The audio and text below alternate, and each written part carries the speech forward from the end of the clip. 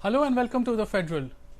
Just days after resigning from the post of national spokesperson, we have senior leader of JDU, and he's also called the intellectual guide of JDU, Mr. K.C. Tyagi, talking to the Federal in an exclusive interview.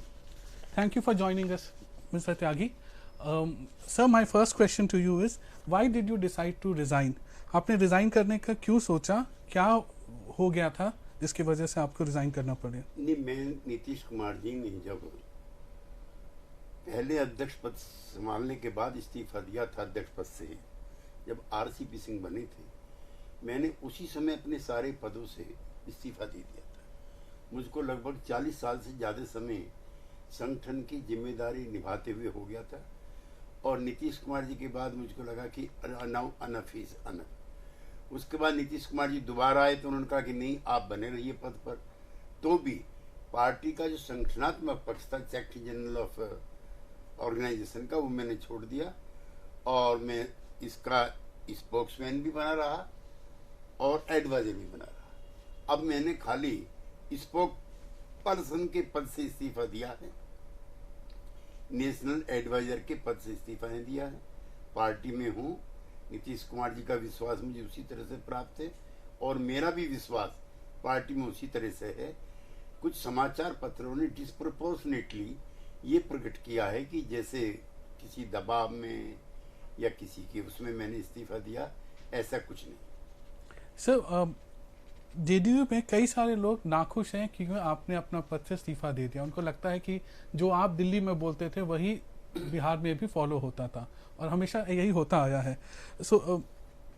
इसका मतलब आप कैसे statements को देखते हैं जो party के members express कर रहे हैं? नहीं, मैं इस पार्टी से और नीतीश कुमार से लगभग 48 सालों से जुड़ा हूँ। सोशलिस्ट मूवमेंट में मेरा नीतीश जी के लगभग 1-2 साल का आगे पीछा है। We were together in Janata Party, we were together in Lok Dal, then we were together in Janata Dal, फिर जॉर्ज साहब, शरद यादव जी, नीतीश कुमार जी और मैं, हम चारों ने 2002 में जनता दल यूनाइटेड बनाया था। उसकी तस्वीर बाहर है, ले लेना। और तब से मैं इस पार्टी का चीफ स्पोक्समैन भी हूँ और एडवाइज़र भी हूँ और भी कई पदों पर हूँ, और मुझे यहाँ पर भी 22 साल हो गए। सर, आपने अपने लेटर में लिखा कि आप जस्टिस नहीं कर पा रहे थे। मैं पिछले 3 महीने से, अगर आपने नोट किया है, किसी चैनल पे नहीं आया।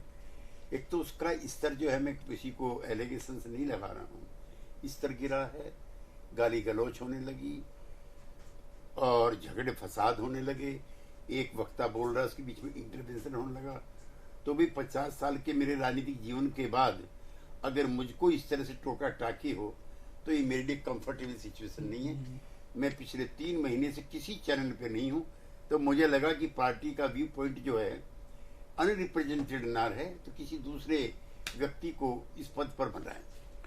सर, जेडीयू के ने अपना कुछ कंसर्न्स रेज किया है, specially on Waqf amendment bill या फिर यूनिफॉर्म सिविल कोड। क्या ये सही है कि बीजेपी के कुछ लोग नाखुश हैं अपने उससे, जेडीयू के डिसीजन से? देखिए, ये सोशलिस्ट मूवमेंट से निकली हुई पार्टी है।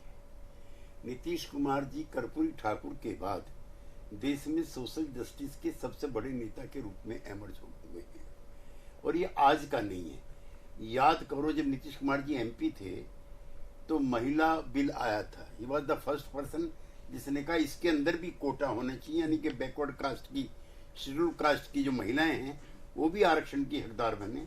तो ये सोशलिस्ट मूवमेंट की ट्रेडिशंस हैं।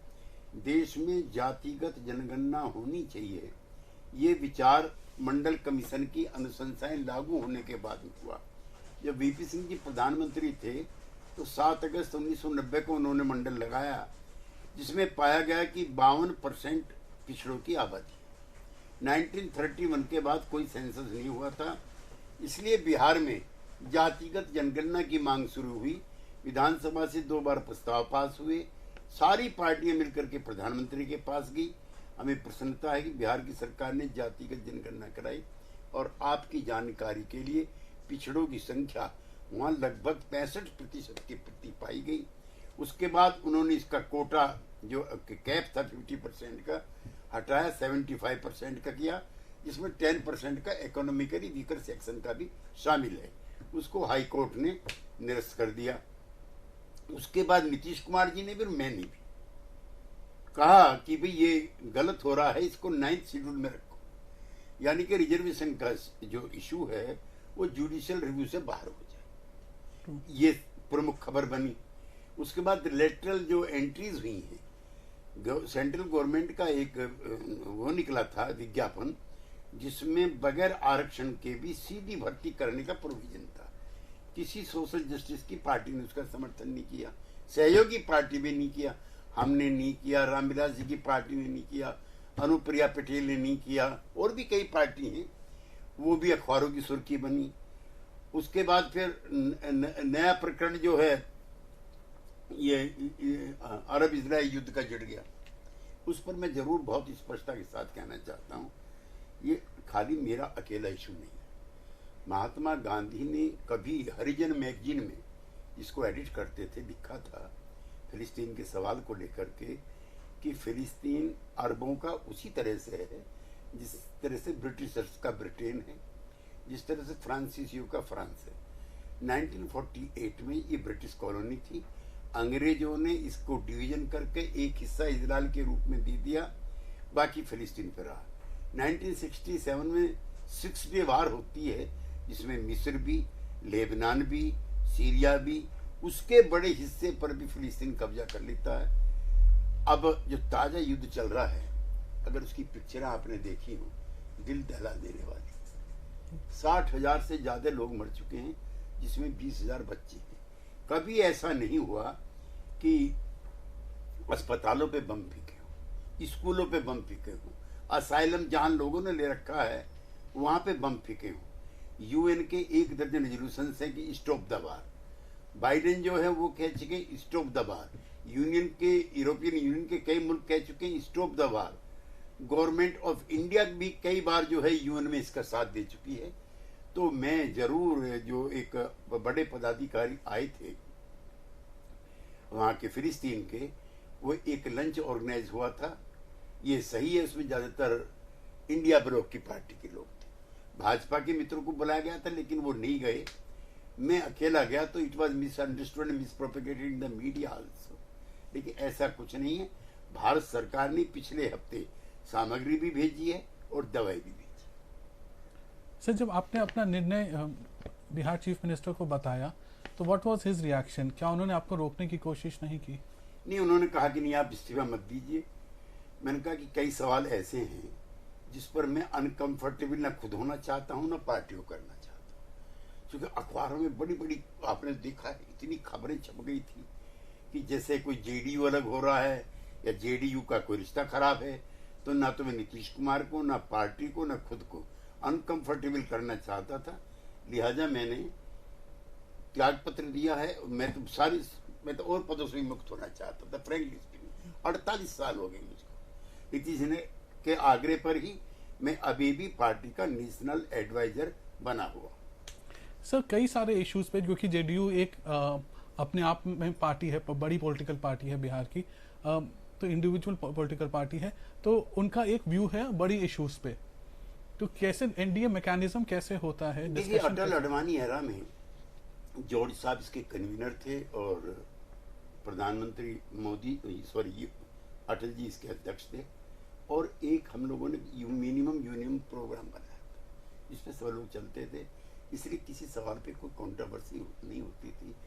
बीच में 10 साल तक अकेले बहुमत की सरकार बीजेपी की थी और उनको राइट था कि अपनी विचारधारा से सरकार को संचालित करें। इस बार थोड़ा संख्या कम होने की वजह से ये मिली जुली सरकार है। समाजवादी आंदोलन से निकला हुआ जनता दल यू, अजीत सिंह जी की पार्टी, रामविलास जी की पार्टी कई सवालों पर बीजेपी से अलग राय रखती है।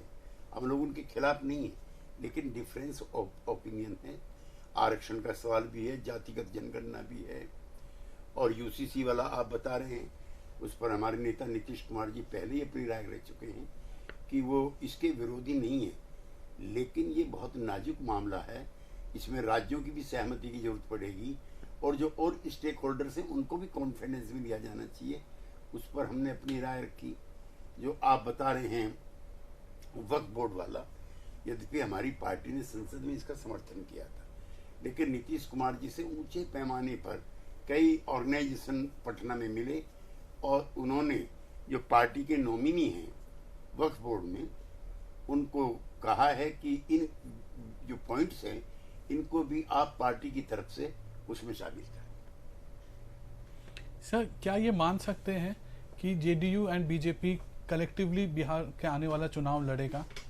क्या ये सही है कि नीतीश जी चाहते हैं कि बिहार का इलेक्शन पहले हो जाए नवंबर 2020? प्रधानमंत्री स्वयं बिहार की पार्टी खुले तौर पर घोषणा कर चुकी है कि बीजेपी नीतीश कुमार के नेतृत्व में चुनाव लड़ेगी। जेडीयू और बीजेपी प्लस का गठबंधन जिसमें एलजेपी भी शामिल है, मांझी जी की पार्टी भी शामिल है, कुशवाहा जी की पार्टी शामिल है, सब इकट्ठे मिलकर चुनाव लड़ेंगे under the dynamic leadership of Shri Nitish Kumar. एक दूसरा, पहले चुनाव कराने हैं समय से पहले, ये सारी पार्टियां प्लस केंद्र का नेतृत्व मिलकर के तय करेंगे।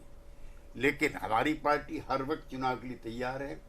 पिछले 5 वर्षों में जनहित के जो काम हुए हैं, गरीब लोगों के जो काम हुए हैं, उसके आधार पर हम जनता से नया विश्वास मत प्राप्त करने के लिए हर वक्त तैयार है। सर, मेरा आखिरी सवाल आपसे है, क्या जेडीयू खुश है जो नया पैकेज अनाउंस किया है गवर्नमेंट ऑफ इंडिया ने उससे, या आपका स्पेशल स्टेटस का डिमांड अभी भी जिंदा है? नीतीश कुमार जी जब 2005 में मुख्यमंत्री बने तो बिहार की बहुत बुरी हालत थी, लॉ एंड ऑर्डर की भी, इंफ्रास्ट्रक्चर की भी।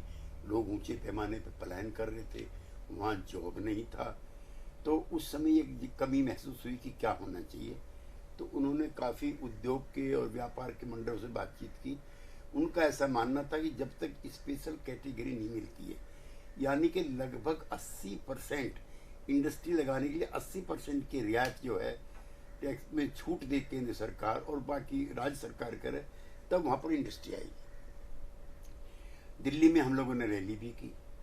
उसी बीच में एक डेलीगेशन प्रधानमंत्री से भी हम लोगों का मिला, जिसमें उस समय के अध्यक्ष शरद यादव जी भी थे, मैं भी था, वशिष्ठ नारायण सिंह थे। उन्होंने रघुराम राजन की कमेटी बना दी। उसने अपनी रिपोर्ट दी कि वर्तमान में ये संभव नहीं है कि विशेष राज्य का दर्जा बिहार को दिया जाए। उसके बाद एनके सिंह जी 21वें वित्त आयोग के अध्यक्ष बने। उनको भी हमने रिप्रेजेंटेशन दिया। वो बिहार के भी थे और जेडीयू से भी जुड़े रहे थे कि बिहार को विशेष राज्य का दर्जा देना चाहिए। हमें अफसोस है कि उन्होंने भी जो टर्म ऑफ रेफरेंस है उसमें इसका जिक्र नहीं किया कि विशेष राज्य का दर्जा मिलना चाहिए। उन्होंने कहा वो कारण इस समय मौजूद नहीं है। लिहाजा बजट के लिए नीतीश कुमार जी ने जरूर प्रधानमंत्री से, वित्त मंत्री से आग्रह किया और हमें प्रसन्नता है कि हवाई अड्डे के लिए, IIM के लिए, मेडिकल कॉलेजेस के लिए, नए इंफ्रास्ट्रक्चर के लिए 1 लाख करोड़ से भी ज्यादा की धनराशि जो है वो बिहार को मिली है। ये विशेष राज्य के दर्जे के बराबर नहीं है, लेकिन उसकी दिशा में एक महत्वपूर्ण कदम है और हम इसका स्वागत करते हैं। सर, गवर्नमेंट चाहती है कि आप लोग इक्वल सीट्स लड़ें बिहार में, जो पहले का फॉर्मूला है, तो क्या वैसा ही रहेगा या कोई चेंज? बिहार की पार्टी और कि दोनों पार्टियों के बीच में जो और पार्टी हैं उनके बीच का सवाल है, उस पर मेरा टिप्पणी करना ठीक है। सर, एक आखिरी सवाल, ऑपोजिशन की तरफ से हमेशा ये एलिगेशन आता है, स्पेशली पार्लियामेंट के समय या कोई बड़ा मुद्दा आता है तब, कि एनडीए स्टेबल नहीं है। So I want a direct answer, how stable? मैं आपके चैनल पे जेडीयू के बिहाफ पर भी कहना चाहता हूँ और संयुक्त एनडीए के बिहाफ पर भी कहना चाहता हूँ, ये स्थिर सरकार है और इसका जेडीयू सबसे मजबूत पार्टनर है। पूरे 5 साल के लिए जेडीयू का अनकंडीशनल समर्थन इस सरकार है।